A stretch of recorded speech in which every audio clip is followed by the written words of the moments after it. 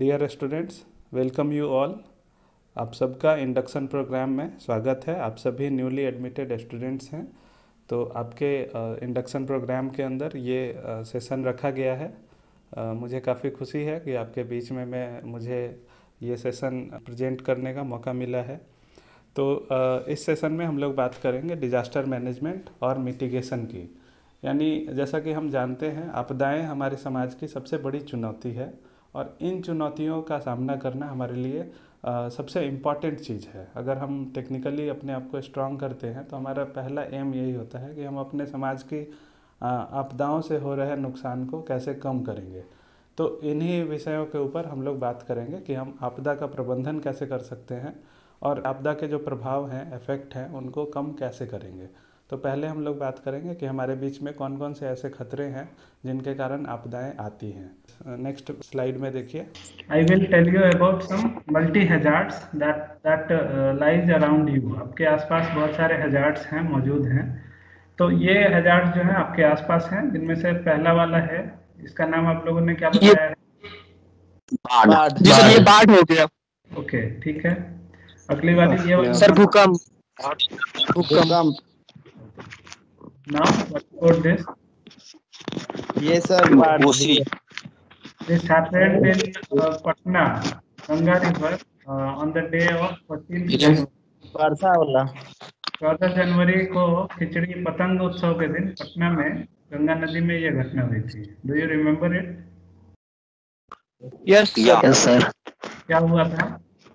डूब गया था लगातार बारिश घाट के पास। तो हम लोग नौका डूबी कह सकते हैं, मतलब सिंकिंग ऑफ बोट। ठीक है, तो दिस इज नौका डूबी। And what about this? सुखाड़। सुखाड़ सर। इसमें हम लोग इसको ड्राउट कहते हैं। फ्लड एंड, तो ड्राउट मतलब सूखा हो गया। ठीक है, व्हाट अबाउट दिस? डूब गया सर। पानी में डूब गया सर, पानी में डूब गया। डूबने की घटना। What about this? डिजास्टर। भूकंप से आग लग गई। क्या, किसने कहा आग लग गई है?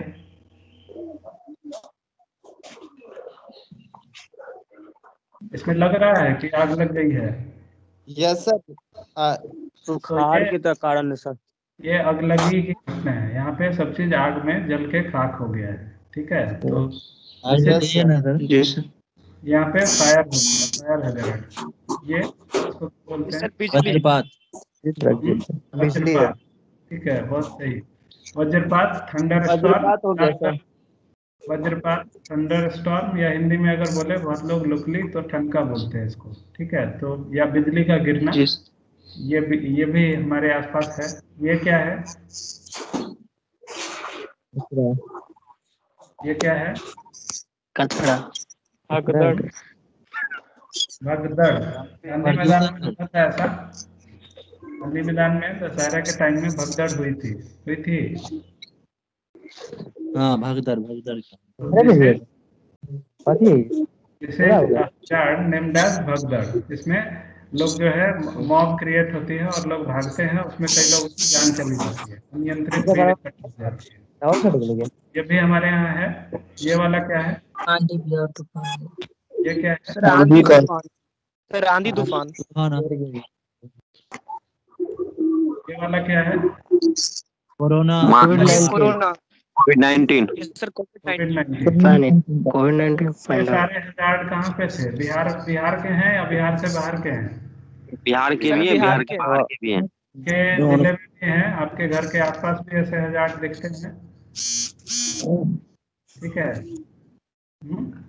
तो इससे क्या लेसन मिलता है कि हम लोग इसके आसपास रहते हैं। We live around these hazards. हम लोग जो है इन्हीं हैजार्ड्स के बीच में रहते हैं। हम लोग इसको छोड़ के आगे नहीं बढ़ सकते। हम चाहे कितना भी डेवलप कर जाए, हम लोग को इनके बीच में ही रहना होगा। We have to face these challenges, we have to face these hazards. तो हम लोग कितना भी टेक्निकल बन जाए, कितना भी डेवलप कर जाए, हम लोग को इसके बारे में सोचना होगा और हम लोग कभी भी इसको बिना सोचे आगे नहीं बढ़ सकते हैं। तो हमारे पास कुछ क्वेश्चंस हैं। क्वेश्चन क्या है कि आपदा प्रबंधन के जो शब्द हैं, हैजार्ड, वल्नरेबिलिटी, रिस्क और डिजास्टर, इनके क्या मीनिंग्स हैं, इनसे हम लोग क्या समझते हैं। उसके अगर इनको समझ जाएंगे तो हम बात करेंगे कि आपदा प्रबंधन क्या है। उसके बाद आपदा के रिस्क को कैसे कम कर सकते हैं, यानी डिजास्टर के रिस्क को रिड्यूस कैसे कर सकते हैं। तो डिजास्टर रिस्क रिडक्शन, ये 3 वर्ड हो गया, DRR, वो कैसे होगा। और आपदा प्रबंधन की यानी डिजास्टर मैनेजमेंट की 4 फेजेज कौन सी हैं, और उसमें हम लोग इंजीनियर्स की क्या भूमिका है। Why we engineers are chosen for disaster management. Management तो मैनेजमेंट वालों को करना चाहिए, लेकिन डिजास्टर मैनेजमेंट में सबसे पहले इंजीनियर्स को बुलाया जाता है। इसका मतलब क्या है कि definitely you have some capability to do such works excellent और बेटर देन अदर्स, तो इसलिए आपको चुना गया है। तो आपका क्या रोल होगा उस पर बात हम लोग करेंगे। तो पहले बात करते हैं कि हैजार्ड क्या है। क्योंकि डिजास्टर जो है वो कई चीज़ों से मिलकर बना होता है, तो डिजास्टर के अंदर सबसे पहला जो बेसिक टर्म है वो हैजार्ड है। तो हैजार्ड क्या होता है, जिससे खतरा हो जाए या जिससे नुकसान हो जाए, that is called hazard. Hazard 2 तरह के हो सकते हैं, नेचुरल और मैन मेड। जैसे अगर मैं किसी जंगल में जाता हूँ और मुझे अगर सांप ने काट लिया या मुझे सांप काट सकता है, तो सांप क्या हो गया, सांप के कारण मुझे नुकसान हो सकता है। ठीक है, तो जिससे नुकसान हो जाए वो हैजार्ड हो गया। तो देखिए अब नेचुरल हैजार्ड्स ये सारे हैं, यानी इन चीजों से नुकसान हो सकता है। हो जाएगा कोई जरूरी नहीं है, हो सकता है बाढ़ से कोई नुकसान नहीं हो, लेकिन इसमें इतनी क्षमता है कि ये नुकसान कर देगा। नाउ ये जितने भी घटनाएं हैं, इनसे नुकसान हो भी सकता है या नहीं हो सकता है। अब अगर गुड लक हुआ किसी का, तो हो सकता है कि बाढ़ के आने से कोई नुकसान नहीं हो, या इन चीज़ों से शीतलहर से किसी को नुकसान नहीं हो, लेकिन इनमें इतनी क्षमता है कि ये नुकसान पहुंचा सकता है। तो जो भी हैजार्ड्स होते हैं उनकी क्षमता इतनी होती है कि उनमें कि उनके द्वारा नुकसान पहुंचाई जा सके, यानी जिससे नुकसान पहुंचे वो हैजार्ड हो गया। अब जो ऐसे हैजार्ड्स जिनका ड्राइविंग फोर्स नेचर हो, ठीक है, यानी नेचुरल फोर्सेस के कारण जो भी हैजार्ड्स होंगे उनको हम लोग नेचुरल हैजार्ड कहेंगे। तो ये सारे नेचुरल फोर्स के कारण होते हैं। अब ये वाले जो हैजार्ड्स हैं ये मैन मेड हैजार्ड्स हैं, यानी इनमें कहीं ना कहीं ड्राइविंग फोर्स इंसान है। इंसान ने ये डैम ठीक से नहीं बनाया या उसकी प्रोटेक्शन ठीक से नहीं करी। यहाँ पे भी ये जो हैजार्ड है, ये सारे हैजार्ड्स जो हैं ये सब मैन मेड नेचर के हैं, तो कहीं ना कहीं इनके पीछे इंसानों का हाथ है। सर बांध टूटना तो न्यूट्रल है ना, क्योंकि सर पानी की मात्रा ज्यादा होगी तो बांध टूटेगा। फ्लड का आना नेचुरल हैजार्ड हो गया। ठीक है, यहाँ पे 2 घटनाएं हो रही है। एक फ्लड आया, वो नेचुरल हैजार्ड है, लेकिन हमने बांध को इतना अच्छा नहीं बनाया था कि वो फ्लड को रोक सके, तो इस फ्लड के आने से ये बांध टूट गई है।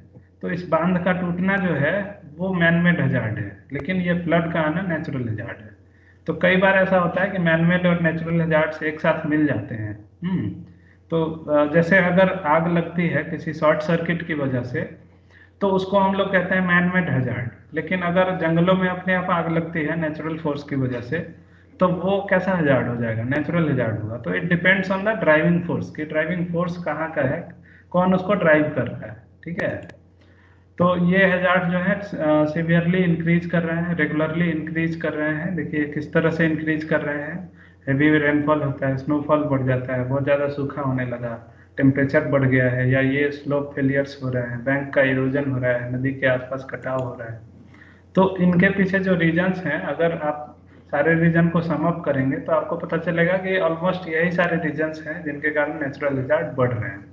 हमने अपने सुविधाओं की बढ़ोतरी के लिए, अपने लाइफ स्टाइल को अच्छा रखने के लिए नेचर से बहुत ज़्यादा खिलवाड़ किया है। तो नेचर जो है हम लोग को हैजार्ड दे के सता रही है। ठीक है, हमने जंगलों को काट दिया, ये इरोजन किया है एनवायरनमेंट का, हम कंटिन्यूअसली इरोजन कर रहे हैं एनवायरनमेंट का, इस तरह से पोल्यूशन करके हमारे जो सिटीज़ हैं वो काफ़ी हॉट होते जा रहे हैं, डे बाय डे हॉटर हो रहे हैं, इनके तापमान बढ़ रहे हैं, डिजर्टिफिकेशन हो रहा है, यानी मरुस्थलीकरण हो रहा है।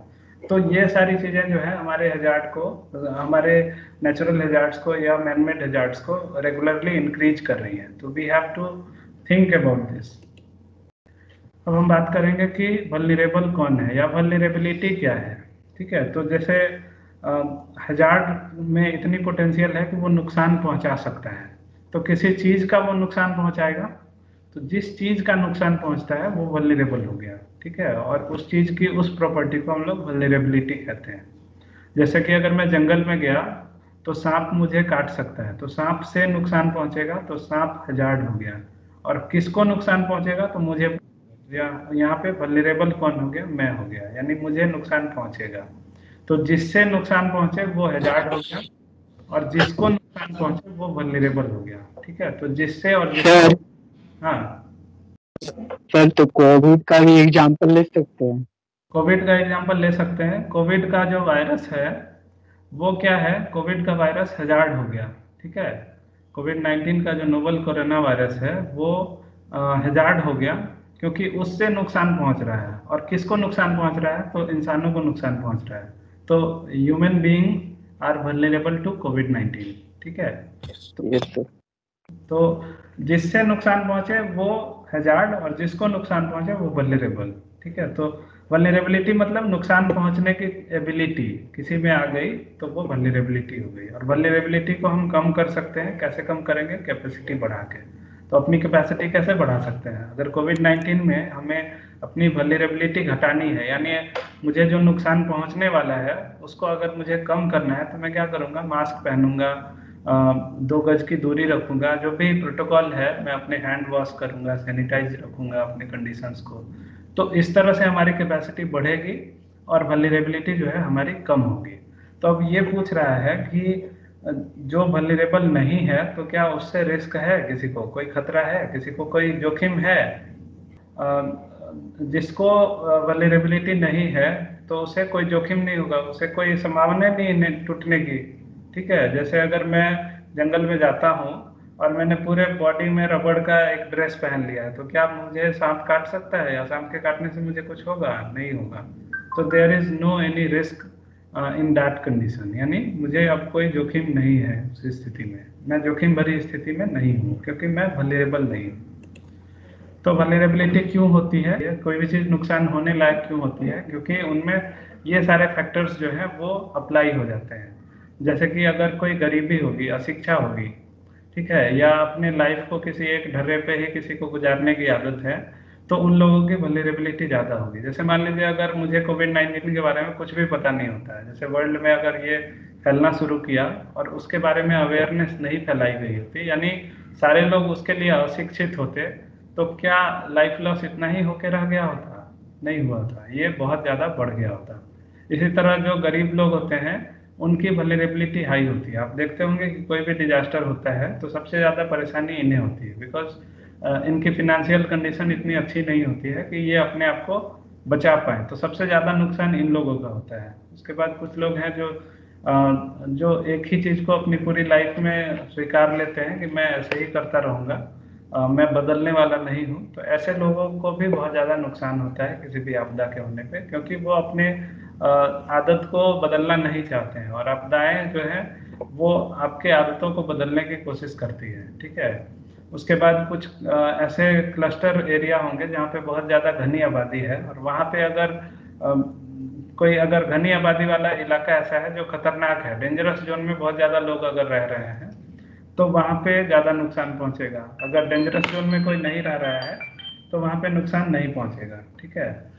उसके बाद अगर हमने सॉफ्ट सॉइल्स पे कुछ बिल्डिंग्स बनाई हैं, कुछ मकान बनाए हैं, या हमारे घर जो हैं वो असुरक्षित हैं आपदाओं से, तो वो भी ज़्यादा नुकसान होंगे, उनमें भी ज़्यादा नुकसान होगा। शहरों में अगर अनप्लान्ड सिटी है, हैज़ार्ड मैनर में शहरों का डेवलपमेंट होता जा रहा है, तो उससे भी अगर शहरों का प्लानिंग नहीं हुआ है और लोग बसते जा रहे हैं उसमें, तो कुछ भी आपदा आएगी तो उन्हें नुकसान पहुंचेगा, ठीक है, क्योंकि उसके लिए तैयारी नहीं की गई है।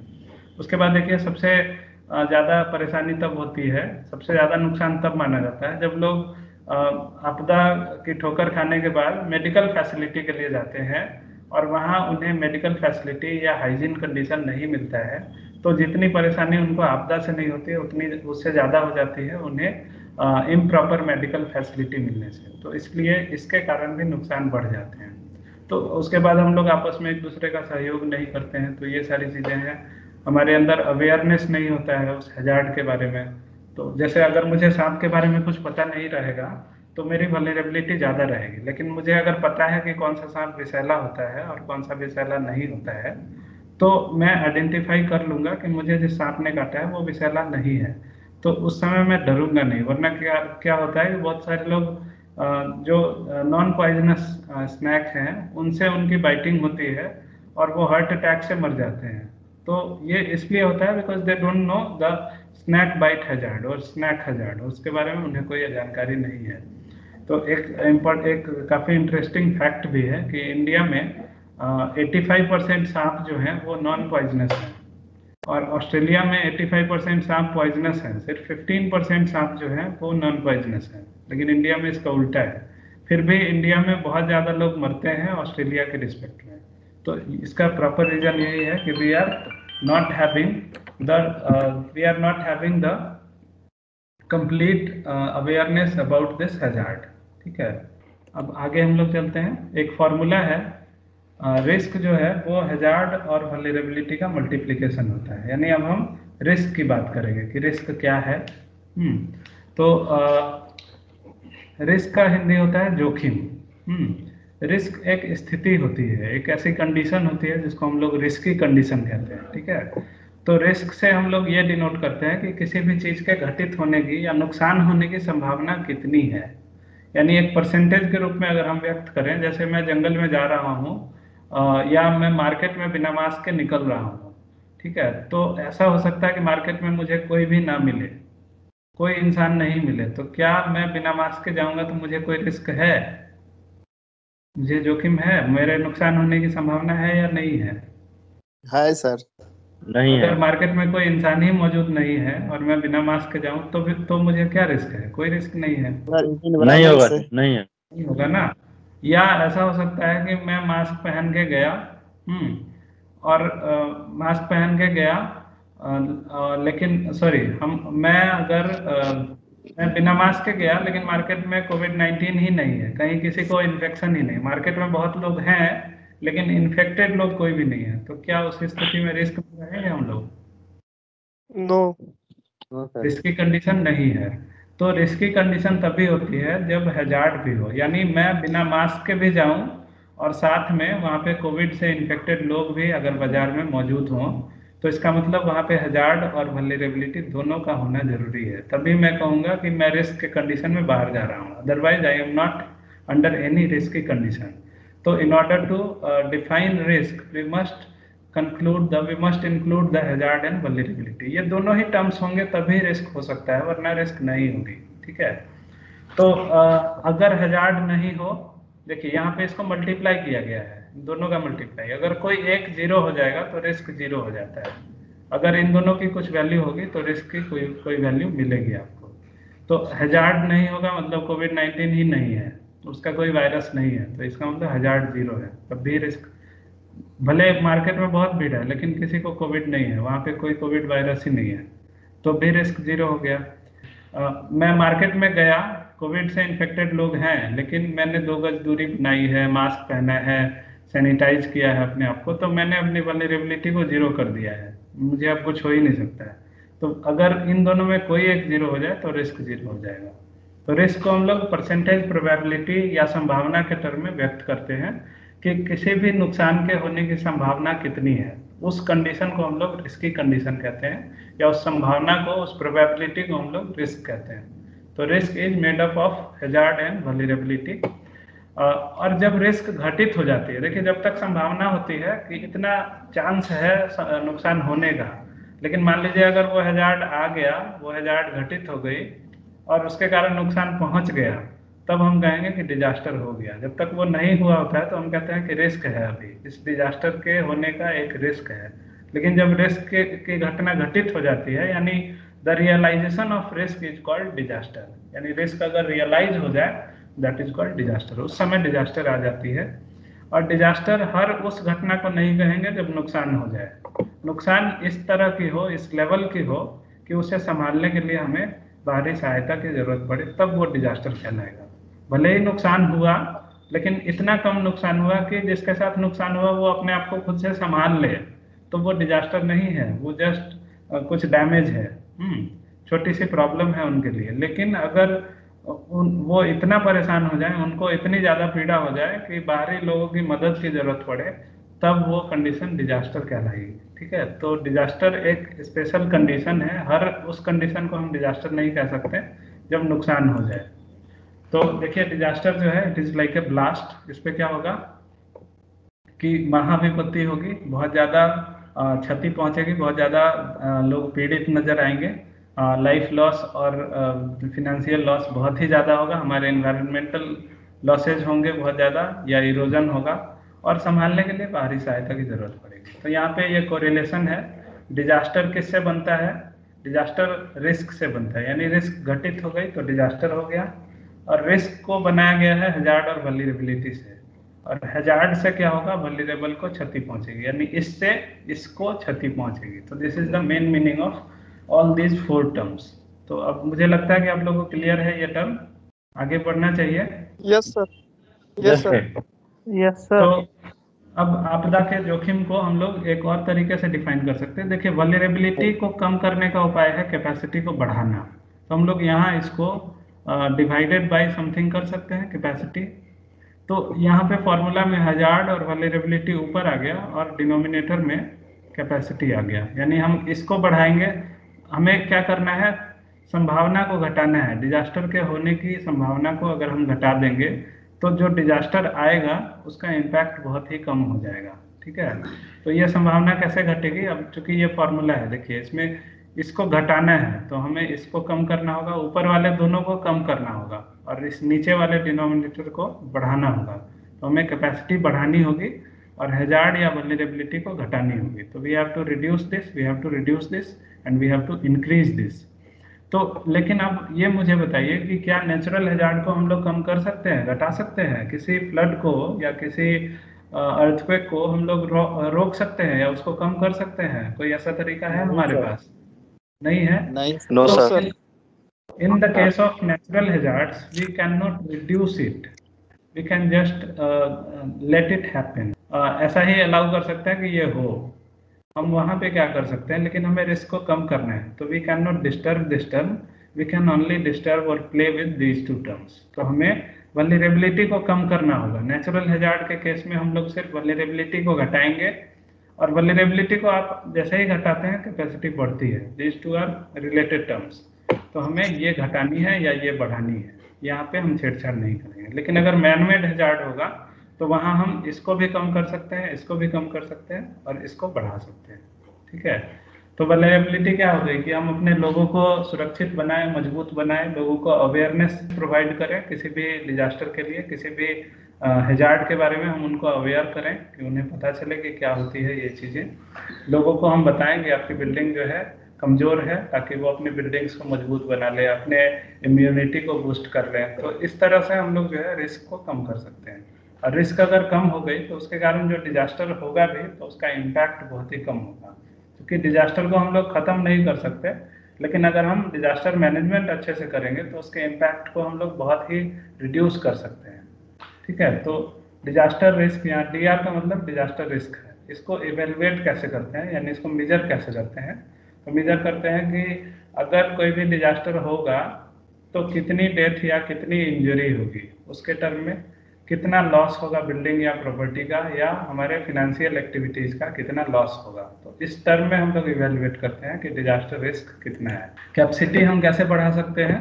अगर हमारी कैपेसिटी बढ़ेगी तो वल्नरेबिलिटी कम होगी। उसके लिए हम क्या कर सकते हैं? अपने financial resources, physical resources, technical resources, इन सब चीज़ों को बढ़ा सकते हैं। पॉलिसी मेकिंग करेंगे, हमारे जो इंस्टीट्यूशंस हैं वो एक्टिवली पार्टिसिपेट करेंगे डिजास्टर मैनेजमेंट के लिए। उसके बाद जो हमारे ह्यूमन रिसोर्सेज हैं वो टेक्निकल हों, बहुत ज़्यादा प्रशिक्षित हों, ट्रेंड हों, और हमारा टेक्निकल एडवांसमेंट हो, टेक्नोलॉजी का डेवलपमेंट हो। उसके कारण भी हम लोग अपनी क्षमता को बढ़ाएंगे। लोगों में आपसी सहयोग अगर बढ़ेगी, सामुदायिक जागरूकता बढ़ेगी, तो भी हमारी क्षमता बढ़ेगी और इनसे हमारी वल्नरेबिलिटी कम होगी। ठीक है, अर्ली वार्निंग भी हम लोग दे सकते हैं। तो अब अगर मुझे रिस्क का असेसमेंट करना होगा तो मैंने इसके बारे में पहले भी बात किया कि रिस्क का रिजल्ट जो निकलता है वो संभावना के टर्म में निकलता है कि अगर कुछ होगा तो कितनी चांस है जीवन के लॉस होने का, कितनी चांस है लोगों के घायल होने की, कितने घरों की या कितनी संपत्ति के हानि की संभावना है। तो ये सारे संभावना के टर्म में जो हम व्यक्त करते हैं वो चीज़ रिस्क कहलाती है। ठीक है, तो अब हमें बात करना है डिजास्टर रिस्क रिडक्शन के लिए। तो रिस्क को रिड्यूस हम लोग कैसे करेंगे? इन तीनों चीज़ों में कोरिलेट करने के बाद में अपने हजार्ड को जानना होगा। यानी जिस भी हजार्ड के कारण डिजास्टर हो रहा है, सबसे पहला काम है उस हजार्ड को जान लेना। जैसे अगर भूकंप के डिजास्टर से बचना है तो भूकंप के बारे में जानना होगा, भूकंप के जोन मैप के बारे में जानना होगा। ठीक है, तो जितने भी टाइप के हजार्ड हैं उनके बारे में आपको जानना होगा। उनसे जो लोग वल्नरेबल हैं उनका असेसमेंट करना होगा। ठीक है, जैसे बूढ़े लोग कितने ज़्यादा हैं, अगर कोविड-19 के डिजास्टर का असेसमेंट करना होगा या रिडक्शन करना होगा तो हमें एक डेटा पता होना चाहिए कि इतने लोग इस एरिया में इस उम्र के हैं जो कि ज़्यादा वल्नरेबल हैं, यानी उसका असेसमेंट हमारे पास होना चाहिए, वल्नरेबिलिटी का एनालिसिस होना चाहिए कि इतने लोग इस ग्रुप के हैं और वो इस लेवल के वल्नरेबल हैं। तो ये डिटेल्स होगी और फिर हम कैपेसिटी बिल्डिंग करेंगे।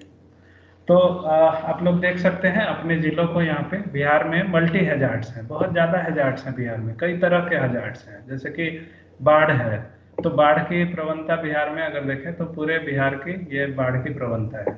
अब इसमें ये जो है रेड कलर वाले, ये काफ़ी रिस्की एरिया है। यहाँ पे आप देखते होंगे हर साल बाढ़ आती है, लेकिन कुछ एरिया जो येलो कलर के हैं ये और ज़्यादा डेंजरस हैं। इनमें देखिए फ्लैश फ्लड आता है, त्वरित बाढ़ प्रवण क्षेत्र, यानी फ्लैश फ्लड्स आते हैं।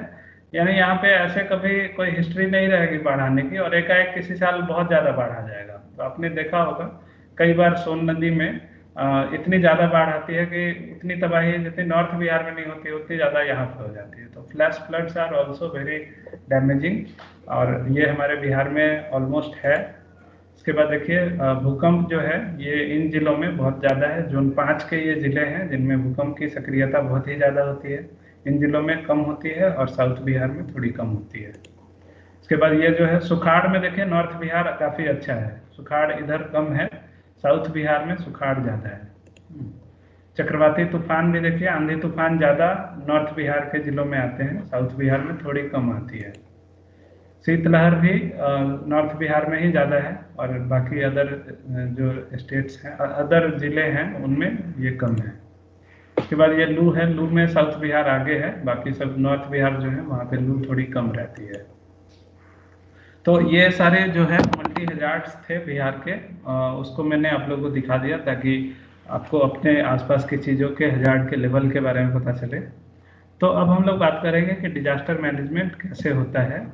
तो डिजास्टर मैनेजमेंट का एक ही फंडा है कि ये सोसाइटी के डिफरेंट ग्रुप्स के द्वारा होता है। मैंने पहले भी बताया था कि बाहरी सहायता की ज़रूरत पड़ेगी तो अलग अलग ग्रुप के लोग आएंगे और वो मिल के डिजास्टर मैनेजमेंट करेंगे। तो इसके मैनेजमेंट के दो ये स्टेज होते हैं, एक स्टेज होता है बिफोर डिजास्टर और दूसरा होता है आफ्टर डिजास्टर। यानी जब तक घटित नहीं हुई है तो हम लोग बिफोर डिजास्टर का फेज कहेंगे, और घटित हो गई है डिजास्टर तो उसके बाद भी हम आपदा प्रबंधन करते हैं। आपदा के आने से पहले भी करते हैं और आपदा के बाद भी करते हैं। तो ये वाला आफ्टर डिजास्टर हो गया। तो जैसे अगर इसकी मीनिंग को अगर हम ट्रेडिशनली सोचना चाहें तो पहले जो आपदा प्रबंधन होती थी उसमें सिर्फ राहत सामग्रियां बांटी जाती थी। पुराना यही डेफिनेशन था डिजास्टर मैनेजमेंट का कि अगर आपदा आ गई है तो आप राहत सामग्री बांट दीजिए, उससे जो है उसका मैनेजमेंट हो जाएगा। लेकिन उसमें सरकार को या हमारे सोसाइटी के रिसोर्स बहुत ज़्यादा बर्बाद होते थे, बहुत ज़्यादा फिनेंशियल लॉस होता था। एक तो हैजार्ड के या डिजास्टर के होने से बहुत सारे लोगों की मौत होती थी या उनका नुकसान होता था बहुत बड़े लेवल पे, और उस लेवल पे राहत सामग्री सरकार बांटती थी, लेकिन इतना भी राहत सामग्रियाँ नहीं बांटी जाती थी जिससे कि उनकी सारी स्थिति पहले जैसी हो जाए। तो पैसे का और जो हमारे स्ट्रक्चर्स हैं उनका बहुत ज़्यादा लॉस हुआ करता था। अब जो है नई डेफिनेशन ये आ गई है कि हम लोग आपदा का प्रबंधन आपदा के आने से पहले भी करेंगे और बाद में भी करेंगे। तो पहले हम लोग क्या करेंगे, जोखिम का न्यूनीकरण यानी रिस्क का रिडक्शन करेंगे और मिटिगेशन मेजर्स करेंगे। यानी हम ऐसा काम करेंगे जिससे कि वो डिजास्टर अगर आए भी तो हमारी तैयारी इतनी अच्छी रहेगी कि कुछ भी नहीं हो। लेकिन अगर फिर भी डिजास्टर आ गया तो हम लोग क्या करेंगे, इमीडिएटली बाद जाके राहत का काम करेंगे। और जब ये राहत का काम हो जाता है, लोगों को बचा लिया जाता है, तो फिर उनको उनकी रिहेबिलिटेशन या रिकवरी का काम किया जाता है, उनको रिकवर किया जाता है, पहले के फेज में लाया जाता है। ठीक है, तो हम लोग इधर जितना ज़्यादा मेहनत करेंगे ये वाला वर्क हमारा उतना ही कम होगा, क्योंकि हमने अगर तैयारी अच्छी की है और रिस्क के रिडक्शन के बारे में बात किया है तो डेफिनेटली बहुत कम लोग घायल होंगे या परेशान होंगे, तो राहत बचाव में कम लोगों को लगना होगा, कम रिसोर्स लगेंगे, हमारा ये रिहेबिलिटेशन प्रोग्राम भी काफ़ी सस्ता हो जाएगा। तो यहाँ पे लेसन यही है कि अगर हम मैनेजमेंट अच्छा करें तो डिजास्टर के इम्पैक्ट को काफ़ी कम कर सकते हैं, काफ़ी रिड्यूस कर सकते हैं। ठीक है, तो ये हमारा 2 फेज था। जैसे आप लोग सुने होंगे prevention is better than cure, सुने हैं ना ये बात? Yes sir. तो इसका मतलब क्या है कि हम लोग किसी बीमारी के होने के बाद जब इलाज कराएंगे उससे बेहतर है कि हम ऐसी प्रिवेंशन करें, ऐसे प्रिवेंटिव मेजर्स लें अपने आप में कि हमें वो बीमारी ही ना हो, क्योंकि बीमार होने पे जो खर्च लगता है उससे बहुत ही कम खर्च लगता है प्रिवेंशन करने में। तो we have to just try to prevent the disease, to not we do not have to try to have a disease. हम लोग को डिजीज होने का कोशिश नहीं करना है, डिजीज नहीं हो ये कोशिश करना है। तो ये प्रिवेंटिव मेजर है और ये क्यूरेटिव मेजर है। यानी जैसे आपको जितने भी स्वस्थ रहने के तरीके बताए जाते हैं वो सारे प्रिवेंटिव मेजर्स हैं, लेकिन डॉक्टर जो भी चीज़ें आपको बताते हैं वो क्यूरेटिव मेजर है। तो अगर हम लोग प्रिवेंटिव मेजर पे ज़्यादा ध्यान दें तो क्यूरेटिव मेजर जो है काफ़ी कम पेनफुल होगा और काफ़ी सस्ता होगा। ठीक है, तो डिजास्टर मैनेजमेंट के 4 फेज को हम लोग 4 आर से डिफाइन कर सकते हैं। There are 4 R's. देखिए, पहला आर है रिडक्शन, दूसरा आर है रेडीनेस, तीसरा है रिस्पांस, चौथा है रिकवरी। अभी जो पिछला स्लाइड था उसमें हम लोगों ने यही चीज़ देखा। यहाँ पे देखिए रिडक्शन था, रिडक्शन मतलब न्यूनीकरण, जोखिम को कम करना। एक मिनट, हाँ, रिडक्शन मतलब मिटिगेशन हो गया। रेडीनेस मतलब प्रिपेयर्डनेस। ठीक है, तो प्रिपेयर्डनेस यहाँ पे है तैयारी। अगर हम कितने तैयार हैं अगर इसकी जांच हम कर लें तो इसका मतलब है कि हम लोग जो है प्रिपेयर्ड हैं।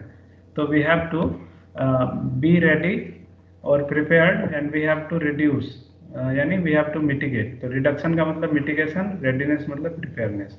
रिस्पांस जो होता है आपदा के जस्ट बाद होता है।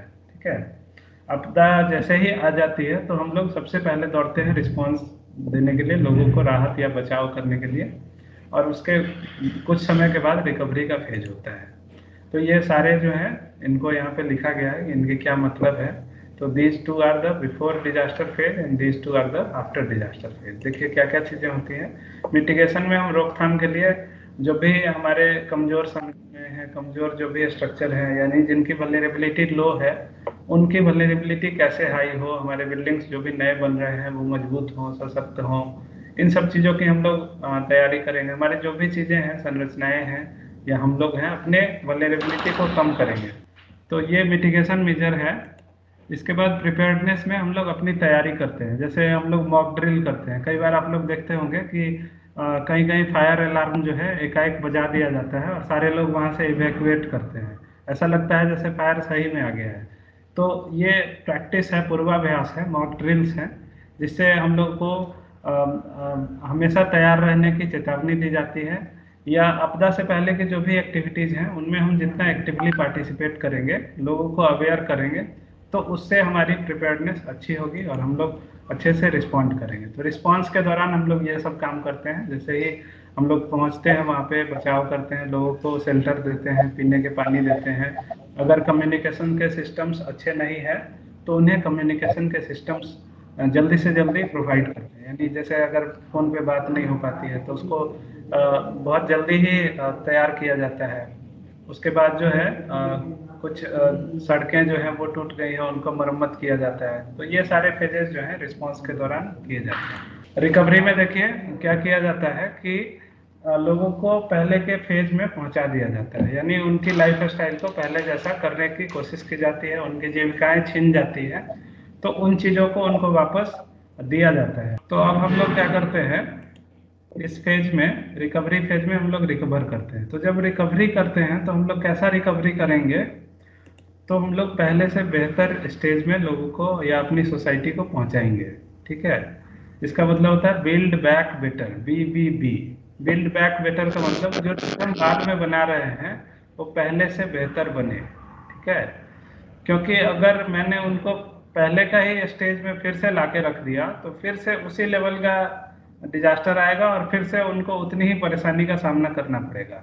तो हम लोग क्या करेंगे, अब जो नया बनाएंगे, क्योंकि पहले जिस लेवल का बनाया गया था वो सारी चीज़ें जिस लेवल की बनाई गई थी उस लेवल पे तो वो सारी चीज़ें टूट गई हैं, तो हम पहले से बेहतर बना के उन्हें देंगे, यानी आने वाला जो काम होगा वो पहले से बेहतर होगा, तभी हम कहेंगे कि हम लोग बेहतर स्थिति में हैं। तो we have to think about build back better while we go for recovery और रिहेबिलिटेशन स्टेज। तो यहाँ पे एक साइकिल है डिजास्टर का, देखिए ये साइकिल आपदा से पहले का है ऊपर वाला, और ये आपदा के बाद का है। आपदा से पहले के फेज में क्या क्या दिया है, मिटिगेशन और प्रिपेयर्डनेस, ठीक है। और इस एरो की लंबाई ज़्यादा है, लंबाई ज़्यादा इसलिए है क्योंकि हमें इस पे ज़्यादा काम करना है। इस पे ज़्यादा काम करेंगे तो आपदा के आने के बाद इसकी लंबाई घट जाएगी, यानी इसमें कम काम करना पड़ेगा, ठीक है। तो we have to think more about these two phases. अब आपकी रोल क्या है इंजीनियर्स की? रोल यही है कि डिजास्टर जो है वो तोड़ देती है, disaster destroys and engineer what engineers do, engineer construct करते हैं। तो डिजास्टर और इंजीनियर का उल्टा रिलेशन है, इसका काम तोड़ना है और इसका बनाना है, तो देयर इज रिवर्स रिलेशन। तो इसका मतलब क्या हो गया कि आपका रोल सबसे ज़्यादा है, you are the most important aspect during disaster management.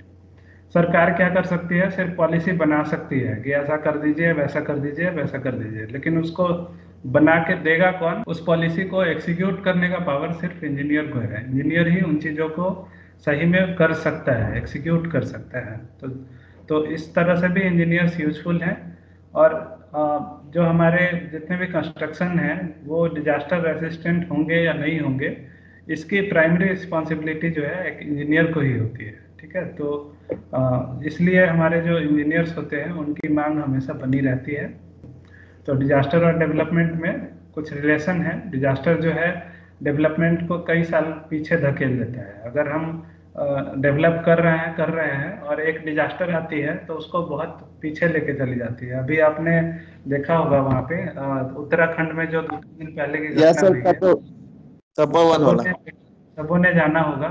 उसमें एनटीपीसी का जो डैम बनाया गया था, जो पावर प्लांट बनाया गया था, वो कई सालों के डेवलपमेंट के बाद वहाँ पे ये सारी चीज़ें प्लांट बनाई गई थी लोगों के कल्याण के लिए, लेकिन डिजास्टर ने उसको फिर से इतना पुराने टाइम में ढकेल दिया कि उसकी कोई ये नहीं है। जैसे सहरसा जो है, सहरसा में बहुत पहले जो 1934 के टाइम में कई सारे भूकंप आए थे, उस समय जो पुल टूट के गिरे थे, उन पुलों को बनाने में अभी जाके वो सारी चीज़ें सही से चालू हुई हैं। जो पुल 1934 का टूटा है, समझिए उसको ठीक करके उसको सही करने में कई 50 साल से ज़्यादा लग गए। तो डिजास्टर क्या करता है, डेवलपमेंट को कई साल पीछे छोड़ देता है, ठीक है।